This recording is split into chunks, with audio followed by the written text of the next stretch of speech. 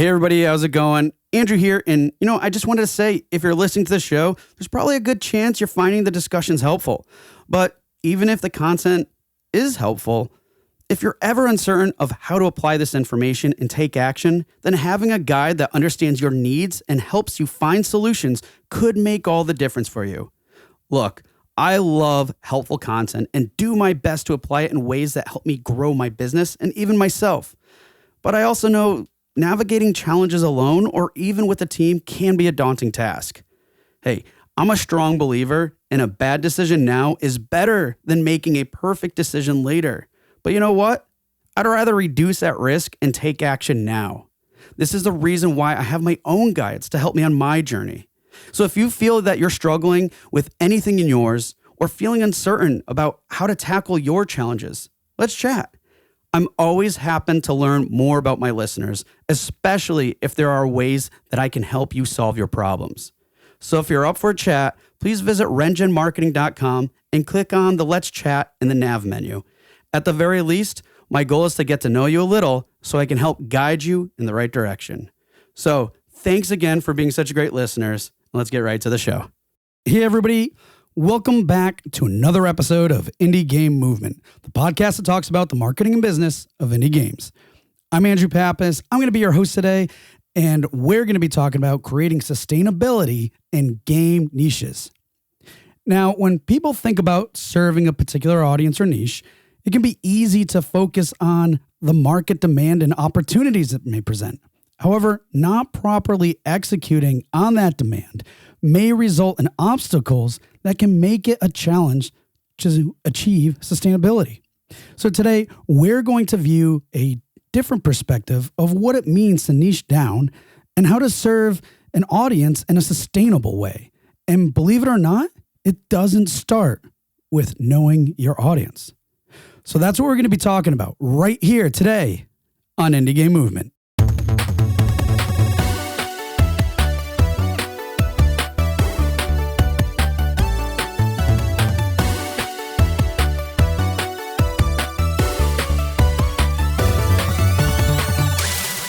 Hey, everybody, and we're back.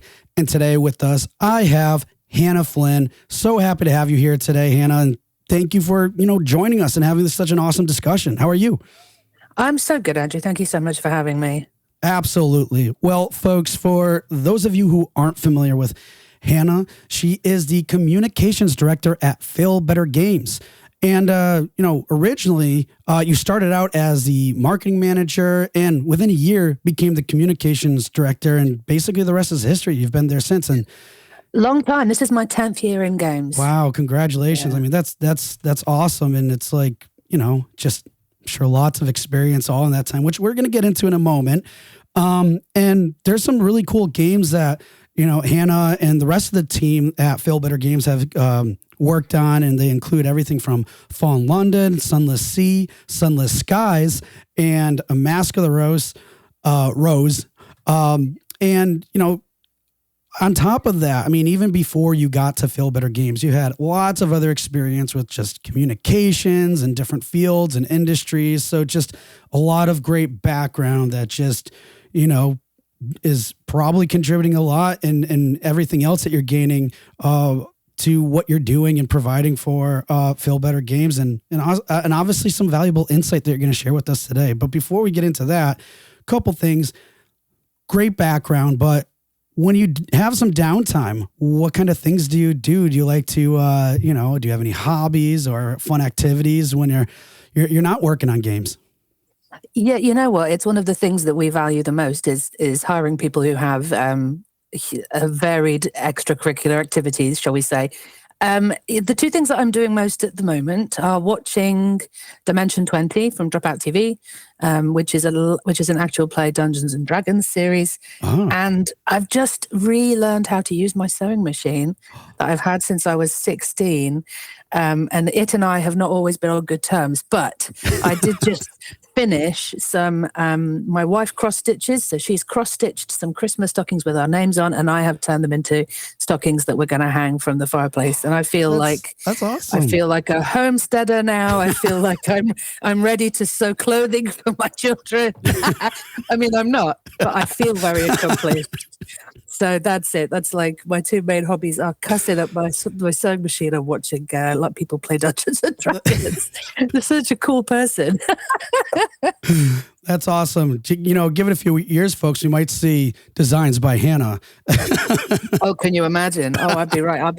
I did once try to get some Fallen London fabric made. There's a fabric printing site that's Spoonflowered where you can upload your own designs and they'll print it on fabric for you. But sweet. For the fans to use. But my understanding of how all that worked just petered out and wasn't quite enough to make it follow through.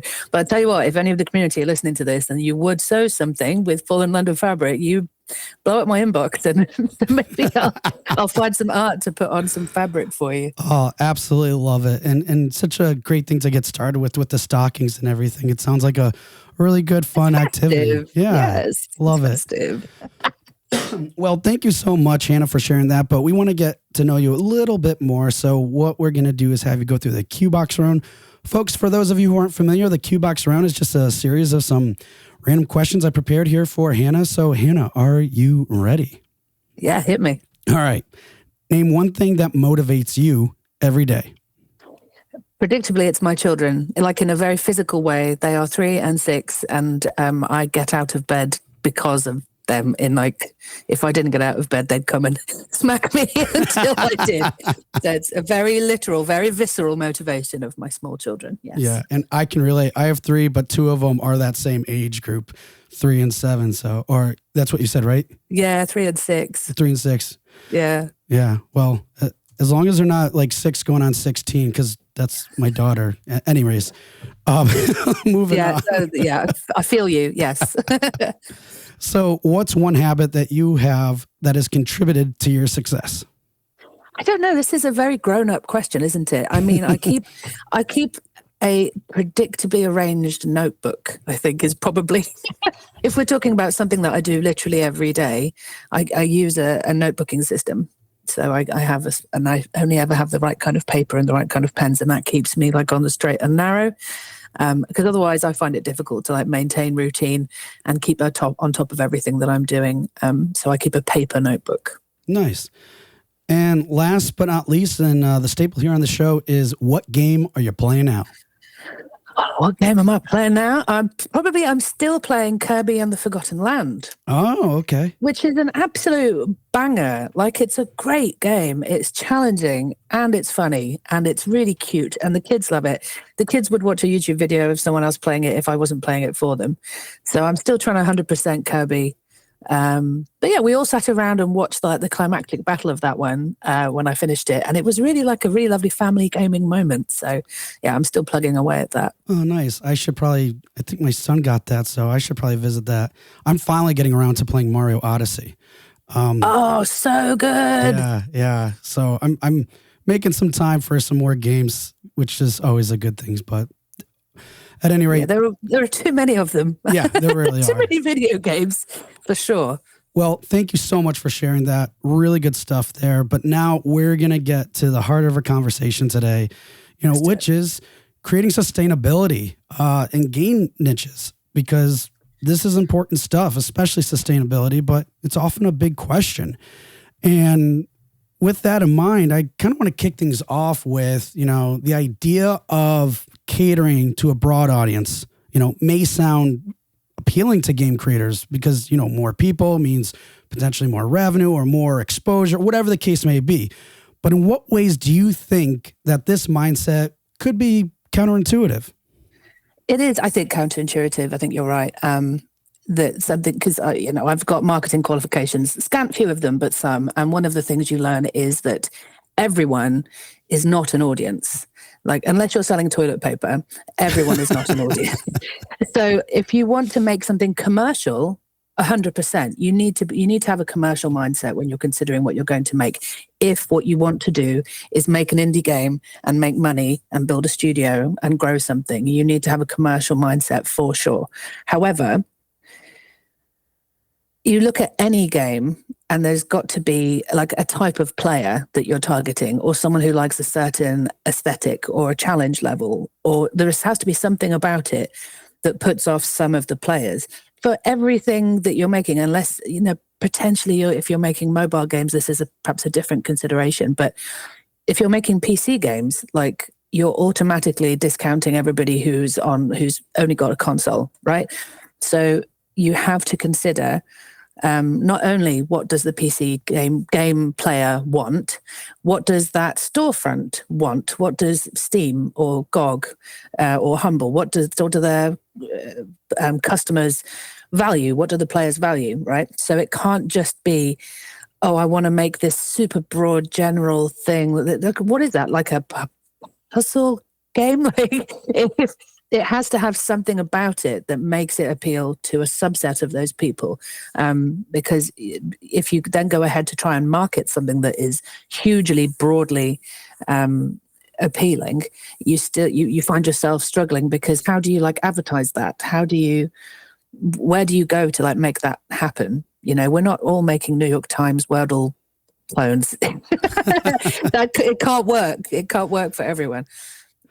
So that's it. It's about what's your commercial prospect is the question, not how can we make this appeal to the most people. Yeah. And I'm really happy you outlined that, especially with something as simple as, because I'm sure we don't necessarily always think this way. We look at it as another potential channel to tap into, but you were calling out to hey, basically, what's the audience? What's the market like on Humble? What's it like on GOG? What's it, because these are all distribution platforms that we just think, oh, when we get to that point, and if we're able to, we'll just slap it out there. But is that a good fit? And exactly. And posing questions like that, it's something that seems so simple, can then perhaps help you look back and be like, wait, how else should I apply this question? In terms of the genre, who is it really for though? And I think it gives you a good framework, kind of what you were just outlining to then further investigate to kind of start digging down into those that niche. Yeah, there are lots of fundamentals that might not be completely obvious. We've both got children. If you want to develop kid games, you really can't crowdfund children's games, because who's buying that? It's going to be their parents. How long will it take for the game to deliver after they do the Kickstarter? A year to 18 months, say. And a parent isn't going to back a Kickstarter for a game that their kid might like in 18 months. We are grommet on the back of a train, putting track down in front of ourselves every day. We're not thinking about that. So you can't then look at crowdfunding for a source of revenue to create children's games. All these kind of smaller things, if you're going to put it on GOG, you need to be able to you need to arrange at the beginning that it can be DRM free. That everything you build is built with that in mind. And it's, I think, having an eye on the commercial possibilities in terms of okay, will the store owners go for this? Will they find it interesting? What do they like? With Sunless Sea, I've been doing this for a long time. 2015 was a very different time when we launched Sunless Sea, but a contributing factor to the success that we are still kind of perpetuating now is that when Sunless Sea came out, you could be the only thing on the front page of Steam. And we were the only thing above the fold on the front page of Steam for 6 or 7 hours on the day it came out. And the graph of our interest and wish lists and sales and everything on Steam, we have to kind of cut off that first week of 2015 to get anything meaningful in the data, because it is so much higher than anything that has ever happened to any of our games since. So platform interest it's not calculated the same way as it used to be. But having that backing from a platform holder is absolutely crucial, and needs to be something that you think about. And how are you going to reach those people? And that is complicated and difficult. But also, and this is a slight tangent from the question, but the recent intel out about Steam is that it is possible to algorithmically reach people quite a lot better on Steam now than you used to be able to. So there is kind of hope that, but you do have to generate that interest. You have to generate the incoming interest yourself, and then Steam will start noticing that you are an interesting game, and it kind of snowballs from there. But you have to be able to get the kernel of that going on your own. Yeah, absolutely. And I think this is a really good place to transition to kind of like what we were talking about before and discussing, how to find the right niche, right? Because this is very subjective too, right? Because there is no right niche. It's more of simply, what's right for you. But like using, you guys, yourself and Fail Better Games as an example. I mean, your studio has really emphasized the importance of filling a niche rather than, trying to appeal to everybody. So how did you identify and capitalize on these particular niches for your games? I think a lot of our early success was down to, so Fail Better was founded by two people, one person who wrote and designed and one person who did the art. And we knew early that our strength was writing, like prose, and Fallen London being our key kind of cornerstone game, which is a service game that you can play in your browser. It is almost nothing but words and PNGs, basically. It's a giant piece of interactive fiction.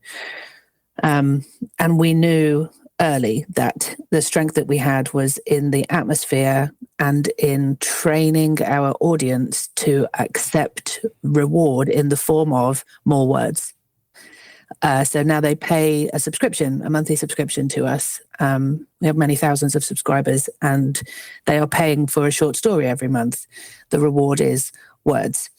So that was immediately the obvious niche that we were in. And we have 5 or 6 writers on our team now out of 18 of us. Like we stack up very differently to other studios of our size. We also work with a huge pool of freelancers who do these monthly stories with us and contribute to content across the world of Fallen London. So we knew that that's what people wanted from us. So we just kept doubling down on what that could look like. And then Sunless Sea became the breakout kind of success. We were on the verge of kind of, we couldn't figure out that in like 2013 how to scale Fallen London anymore. It is a super weird game too. Like it doesn't appeal to everyone. And then we turned to Kickstarter and transitioned to making premium standalone PC games, starting with Sunless Sea, which is in the same world as Fallen London. So like we had the world and we built on it and built on it and built on it. And now Fallen London will be 14 in just a week or two from now. Nice.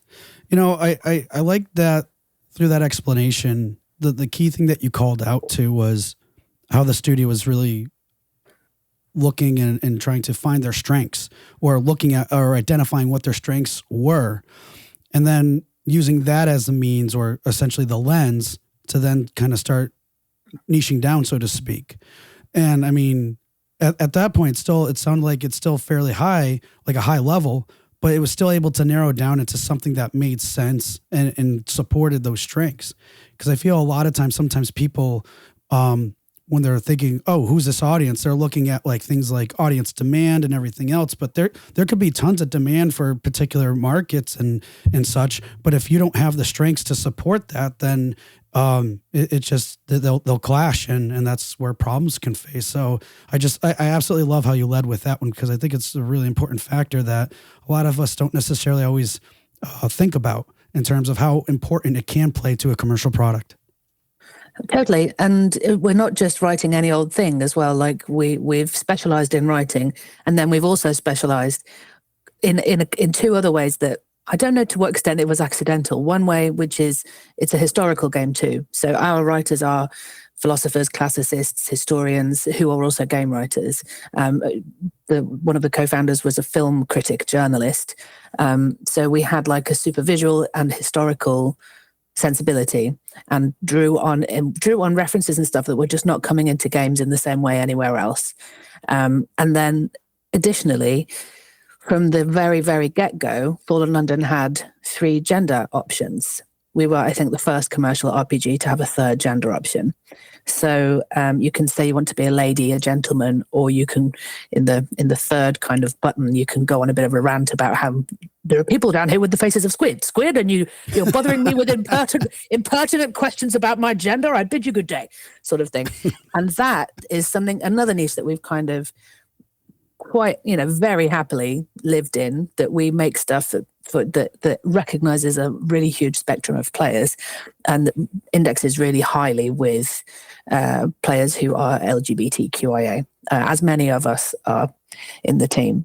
So we have all these kind of strings to our bow, I think, and it comes from, as I said up top about having hobbies outside of work, it comes from having these interests and having a very broad and diverse idea of what can become a video game. I think something that it maybe does a disservice to a lot of other newer kind of indie efforts maybe is you just have to watch out for if all you're doing is playing video games and then you want to make video games, like you're drawing from a single source, and that to be delightful, surprising, enticing and exciting, you need to have a more broad tributaries to what it is that you want to create. No, I love that, because what you just described there really sounded like you played into your strengths more by finding ways to even amplify them. Like you said, with getting the other team members and such involved, to everything from critics to historians, or at least backgrounds and some knowledge in those areas too.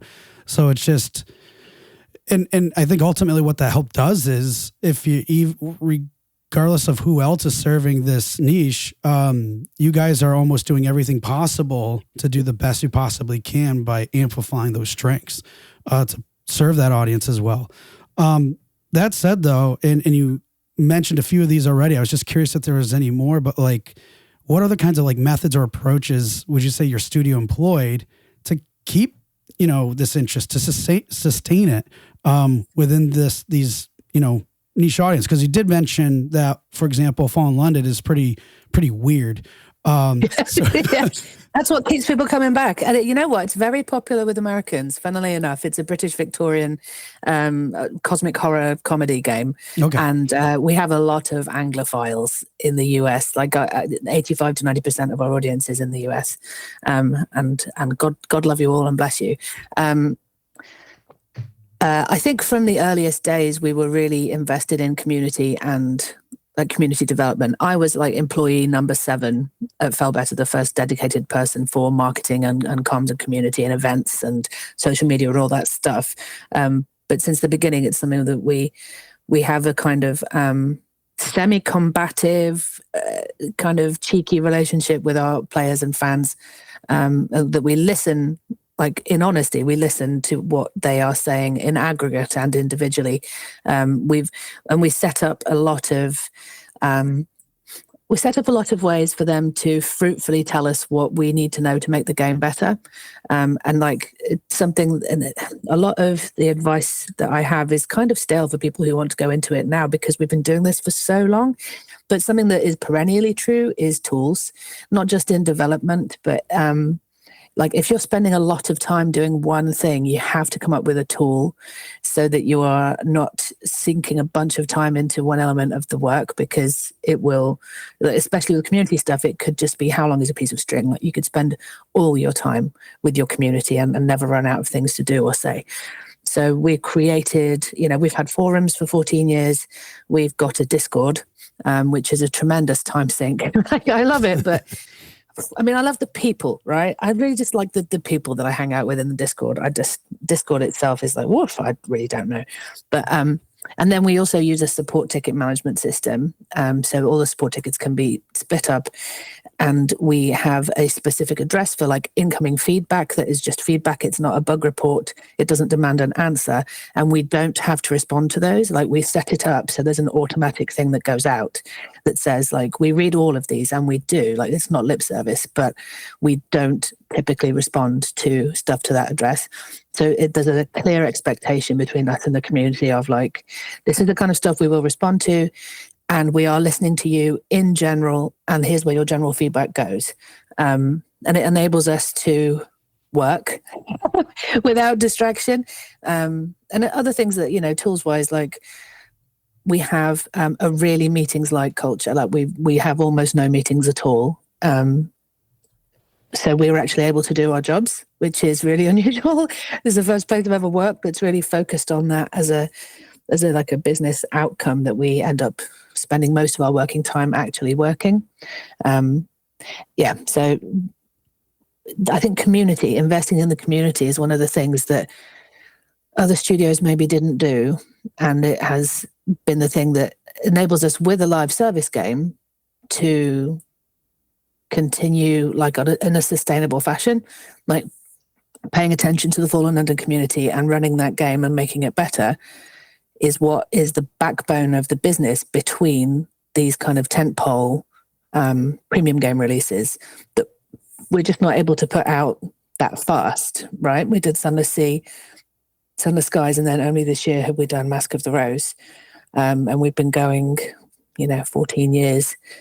So it's without Fallen London and the predictable monthly income that comes from that, we would for sure have been in hot water multiple more times than we have been. Not to say we haven't been, we have been. Yeah, absolutely. And I mean, it's great to call out because, how you have those tools, those systems in place.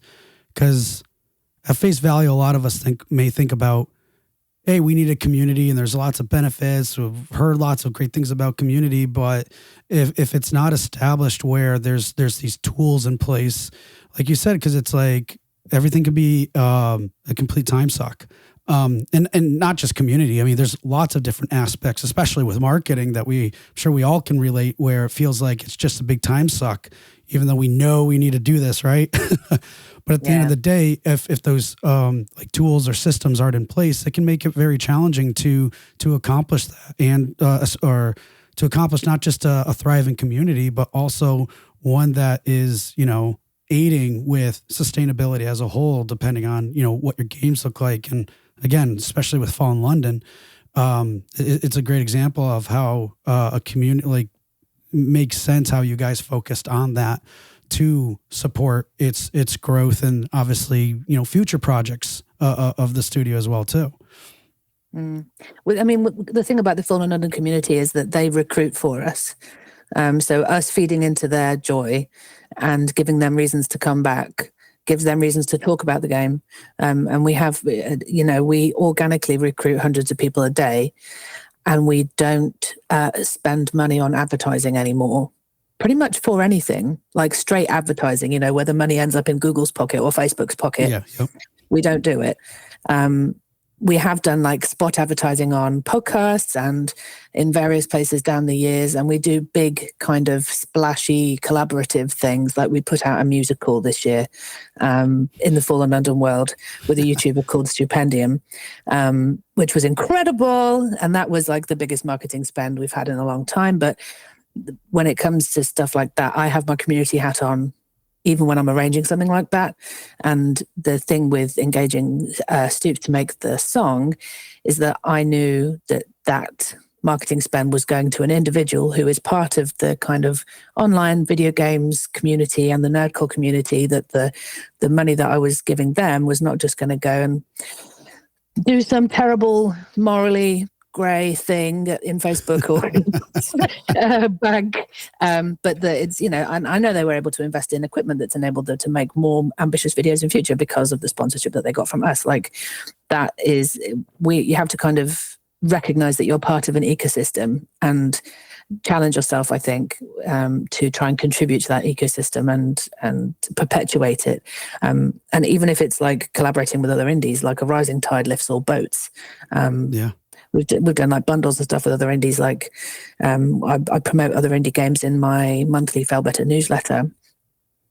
So like you are one of a community, in loads of different ways, not just the community that play your games, but as an indie developer.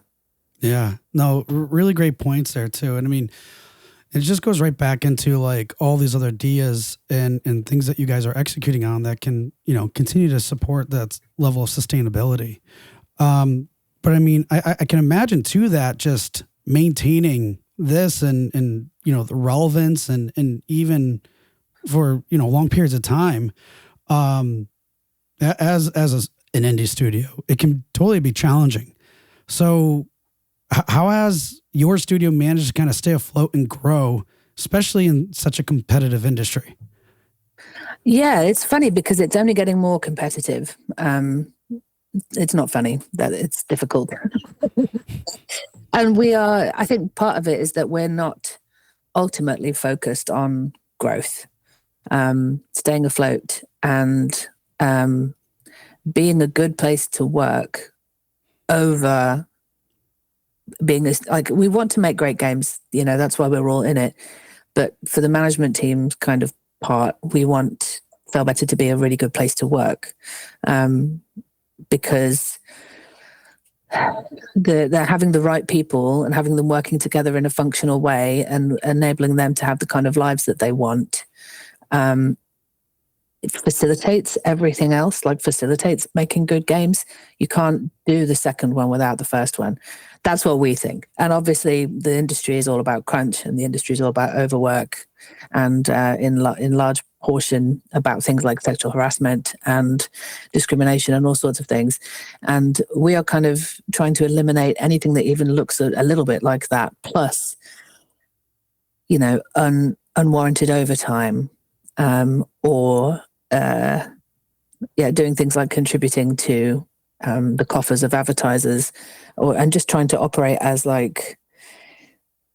ethically as we possibly can. And I think that having a framework like that, like having a values-driven framework for a lot of our business decisions, is what enables us to, to kind of continue. It means that there's less turnover of staff, and we're all more committed to being here because we want it to succeed and improve. And that just really helps us with things like having the same people working on a whole project nose to tail. That's much more satisfying, and it's better for the project. So it's kind of everything is aiming towards that, really. Nice. It almost sounds like too that, and you can agree or not with me perfectly fine, but it's like keeping this mindset where it sounds like it's just really focused around values, and what your studio's core values is also in a way somewhat of a strategy or an approach. Does that sound fair in saying that in terms of how you're able to continue to do what you're doing? Yeah, I think, everything. I've come to games from working in charities and in the arts, where everything is like the framework for hiring people at the charity I worked with was called like a values-driven interview framework. Like, you're trying to find people who aren't necessarily like-minded on every axis, but have values in common.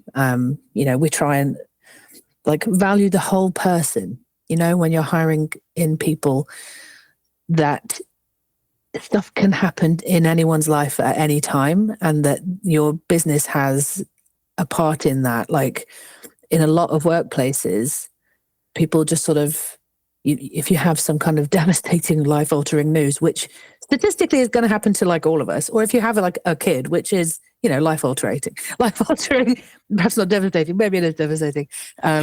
You have to have a workplace that accepts that those things can and will happen and responds in an appropriate way. And what's the minimum ability of that for, say, a company that doesn't have a lot of money in the bank yet, or is just getting started, and how can you then grow and create something that is better? When I was first pregnant at Feel Better, I was, sitting at the boardroom table 7 months pregnant going, we have to improve what we offer because I can't afford to do this until it's better. So now we do 6 months full pay and 3 months 75% pay, and the last 3 months of the first year unpaid. You can take up to a whole year if you are the gestational partner, and then paternity leave is 6 weeks at full pay when the kid arrives, and then 6 weeks full pay whenever you want it in the first year. So, and I want to improve that, I want that to be better, but that is way better than most places, specifically in the UK, where it's for the non-gestational parent, for the B parent, it's 2 weeks and then you have to go back to work. Like, it's worse in other places, but that does suck. Doesn't stop that from also sucking. So, so yeah, like it's kind of a lot of the time when you're trying to spin up a studio, it's like you are just against it and you can't do anything except basically try to survive and get enough money coming in that you can just like flat pay people. And that is a different mode. Like, this is what it looks like when you are in year like 14 of what else can you think about and build in that makes your business somewhere that people want to stay. And it's things like proper benefits and really, really following up on things where people have miscommunications or things aren't coming together properly. Like, how can we fix these interpersonal troubles? How can we make things easier for people? More just a place that is easy to turn up to and work and pleasant, you know? Like, I don't get the Sunday scary feelings anymore in this job. I have at points had that feeling of like, I don't want to go in tomorrow, but usually it's for unrelated factors. Or I haven't felt worried about going to work in a long time. And people should know that that is not something you should be feeling every day. Yeah. Every time you go back to work after the weekend, you should not be worried that you are stressed and overwhelmed and overworked and it's how many emails are you going to have. And no, we shouldn't all accept that. So what can we all do? Yeah, no, absolutely. Because I mean, at the end of the day, it sounds like, you know, this really understanding and looking forward at what the culture and again, back to those values. And it's not just, because I mean, let's face it. I mean, if you're put in a position or space with your company, like you outlined, that you feel comfortable, like what is that ultimately going to do, you know, for the product, for the players? I would think that would ultimately provide them with a better experience, or at least the opportunity for a better experience. Because, you know, culture and values, even if they're might not be tangible in the sense of relating directly to a game, it carries over. Totally. Yeah, and totally. Like the way that even Fallen Under's monetization works, it's the politest free-to-play game that exists. I think, like, it never bugs you. We use none of the tricks. It doesn't have any, like, you can play it on a mobile browser and it doesn't bother you to have like turn on notifications in the tab or anything. It is a genteel and gentle way to ask people it's almost like more of a Patreon model since before Patreon even existed, really, that the people who are giving us money every month are contributing to what they want to exist. Like, yes, I believe in the mission of this company, and this game is a weird and important, different thing that should exist, and I want to give them money every month. And it's not just about like buy 500 coins or whatever. So like the values, they follow through into everything. And the fact that we don't bug people for money constantly in the free-to-play kind of infrastructure that we have, people talk about that as a selling point for why you would want to pick it up and play it. Like, it becomes a self-marketing thing. Yeah, and absolutely love that. And it's interesting because, I mean, folks, these are all things that we try to strive for, but you know, and they are challenging to achieve in a lot of cases. But depending on how things are structured, like Hannah just outlined, it's almost like built in a way where you know, people identify these things. They identify the things that they care about, or what's value centric, I guess, for the player base as well. That aligns, and in doing so, they're at a point now where they don't even market because it's so much driven by their player base in terms of getting new players. It's like, I don't know, is there a term for organic player acquisition? I guess so, yeah. And I cover all of our marketing, and I don't ever really have to worry about like or any of the jargony, marketing-y, return on investment-y, monthly active user-y stuff. Like, we try and reduce the amount of nonsense reporting that we do. We try and simplify and streamline the way that we talk about the game to just like overall, it's an overall health metric, and the things that we pour into that is not like advertising money. It's like the person at the moment who's in charge of Fallen London creatively is a writer designer on our team, Bruno Diaz, and he has this kind of wonderful spirit that the Fallen London player community really enjoy. That he will just razz them, give them little things, little treats, little somethings that will that you know, sometimes it's put the Bruno hose on it. Make sure Bruno gets a chance to look over this one piece of content, because then we're going to get that little something in there that means that people are going to talk about it and then they're going to come back. Like, we just introduced a character who is a tiny rat who wants to be one of the masters in Fallen London. So the masters are these horrible overlords, but this rat is like has ambitions to become one. So he wears a little hood that's actually made out of like a pillowcase. And so we went from like, oh, this is Mr. Cheese. And when in the team we all saw Mr. Cheese, we were like, oh shit, okay, I love Mr. Cheese. Right, we're gonna get art for Mr. Cheese. We're gonna put Mr. Cheese in the Christmas content, and like we know the community really, really well. We know what they're going to respond to, and we like and one weekend on a Friday before I signed off, and I never do this, I just posted in the Discord a picture of Mr. Cheese. Like, this isn't a real update, it's just Mr. Cheese. Have a good weekend, deuce. And sent that out to all of our syndicated Discords, of which we have like 200 syndicated fan Discords from our server. So, and then I got hundreds and hundreds and hundreds of reacts. Like, it's an onward loop, right? You pour things into it to make more things happen. And like, what is it that you're putting into it? Is it like mischief? Like, that is a good ingredient. It doesn't always have to be advertising money, you know? Oh, I've spent $1,000 on an ad that was clicked on 3% of the time, and those players churned really quickly because they didn't get it. And this is a super important point that I have not stressed, I do not recommend anybody else tries to make an alternate history of Victorian London browser game and try and like replicate what we've done that way. Like, it's not replicable. It's extremely bizarre, and the fact that it is weird and unusual is one of the reasons why it has done well over this many years. It's because there is nothing else really like it. Like, the only other thing I think that's still around that's even similar is Kingdom of Loathing. So like, please don't enjoy the spirit of what I'm saying, but please don't go make a browser game, any of your lovely listeners, because that way lies peril.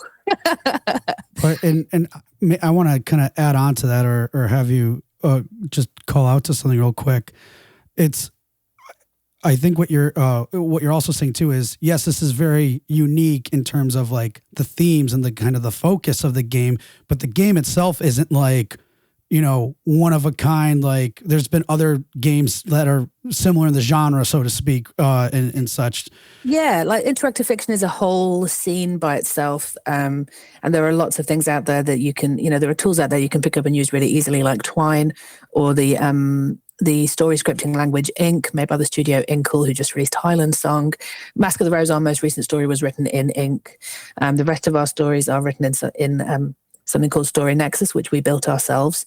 So like, there are lots of ways to approach stuff like this, and there's definitely other stuff, interactive fiction out there that is kind of massive and online in the same way that we've made something, but it's not a very common form, and it is extremely difficult to get it off the ground, for sure.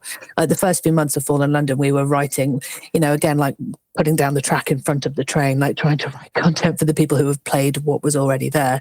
And we learned so much so quickly about like how to hold people in the game and how to encourage them to come back to do repeatable activities, and then not have them get bored of basically seeing the same text over and over, which is perhaps one of the difficulties when we made Sun the Sea, was that people did have to see the same text over and over, but it kind of played out in Sun the Sea. It worked still, but it's something that we always come up against, and having a narrative heavy, repeatable game. Anyway, that's more like a game dev question really, but it's very interesting, and like we've got really, really good at it. And you know, Fallen London has a schedule of events throughout the year, festivals.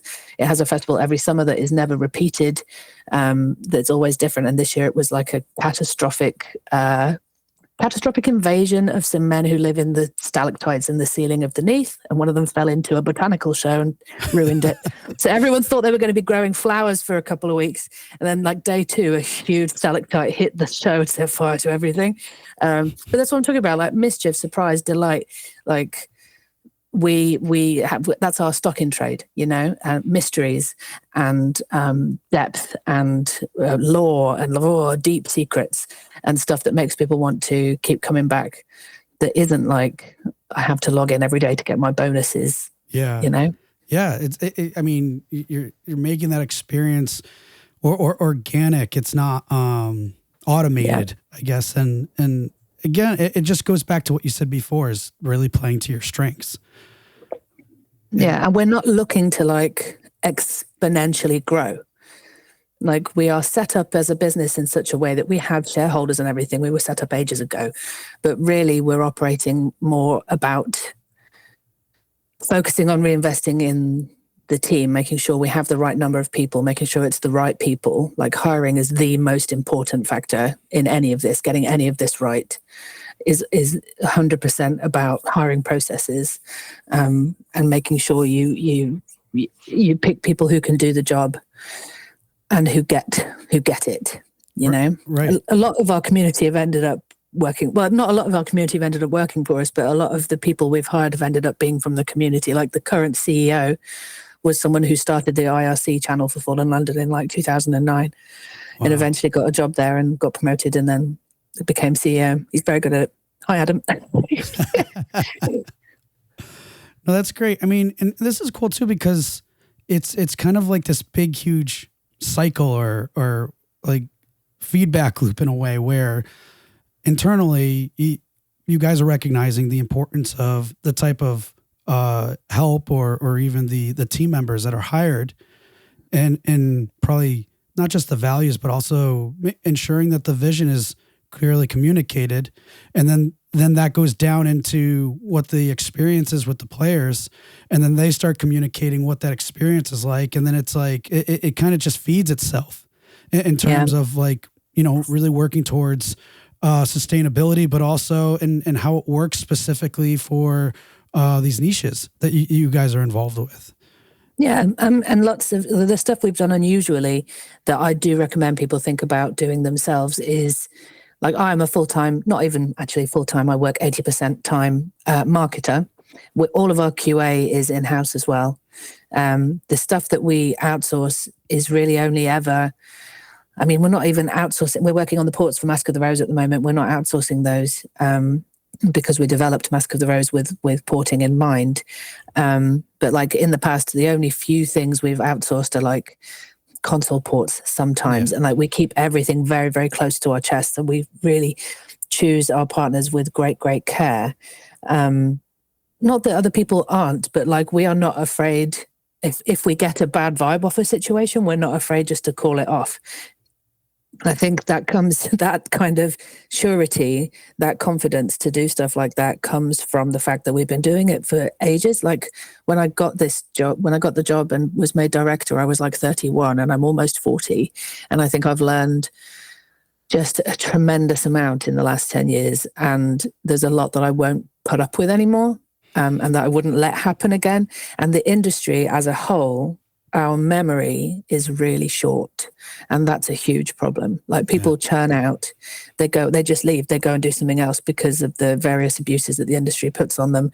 And I know that we're unusual in having had like a leadership team be the same people for so long. And that sucks. And the fixing of that problem comes from like valuing the whole human. And like when you hire people, be aware of like life has to happen and how can the business accommodate and make room for people's things. Like I work 80% hours. I'm going to finish this interview and go and get my kid from school. I can make that work just about with where I live because we're remote now, so I don't have to like commute anymore.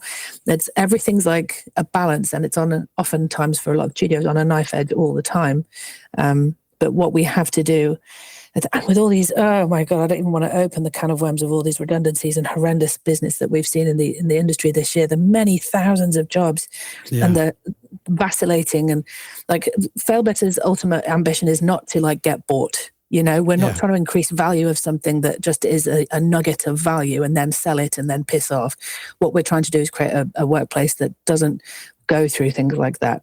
And we have had to do redundancies in the past, and it was like one of the worst professional experiences of my life. I never want to have to do that again. So we really don't want to go that way. So how sustainability and everything, all of the things that I've been saying, feeding into that, and retaining people who have experience will hopefully eventually stop this horrendous growth and then shedding of people, and then in the name of money over all things. Anyway, that's my soapbox for the day. Fair enough, but it's still a good point, and I mean, just kind of from my perspective too, and I feel like I've just shared this a few times earlier, but these disrupts, it's not just it's disrupting everybody in the industry, and I'm not just talking about the people losing their jobs. And obviously that I feel this is more important, but it is disrupting the players too. I mean, if projects are getting canceled, this, that, and the other thing. And I think there's still some validity in the recognizing players. I wouldn't say it's to the same extent as obviously, people losing jobs, but it's no longer kind of what I was sharing before with what you guys, I think, have identified as that feedback loop, that system that's kind of symbiotic to the values and internally, and then how that gets incorporated into the product, that players have a great experience, because that system, again, if like we said, you barely have to market because people are coming in on their own because other people are advocating for the experience that they're having. When you go to the opposite end, that's not going to happen. It just won't. And it's just not a healthy culture, gaming culture, period, for everyone. For any of us. It's true. The problem that we have is that it breaks whatever trust people have in game studios to deliver anything when things fall apart. And then that broken trust on a big scale of big AAA studios having to downsize, and then whole projects getting shelved or moved off by many years, or changing console generations or whatever. All of that stuff, the impact of that on us is that despite the fact that we are constantly communicative and open with our community, when something does go wrong, or we do have to change a date on something, or we can't deliver something, we tell people we are open like that. But yes, the race to the zero faith responses, or we make a choice that we had to make a change where we increased the cost of currency and whatnot in Poland and London based on inflation, which we had actually not done since about 2012. And the attitude that some people in the wider community brought was what are you doing? You can't just charge us more money for the same thing, and blah, blah, blah, despite all the honesty and despite the transparency. And it's because there's been an overall erosion of trust between the playing public and the people who are making the games that they love so much. And not every business can be essentially fronted by a couple of people the way that we can, because we're so small, resolutely small. Yep. But it does. It's not like a zero-sum thing. It does have a negative impact on the smaller guy when the big guys stumble.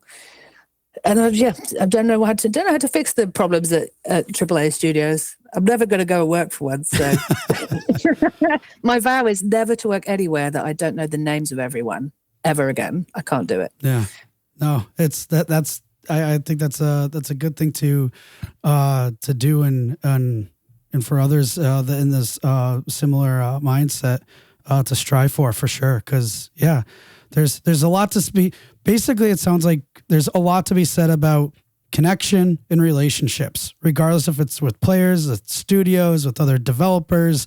And team members. There's so much value that can come out of that. And again, I think it wholeheartedly, and from our discussion today, really just attributes to what you guys have been able to do at Feel Better. And yes, there are other studios out there, but these types of discussions, I hope are getting others to think that it is possible to achieve these things.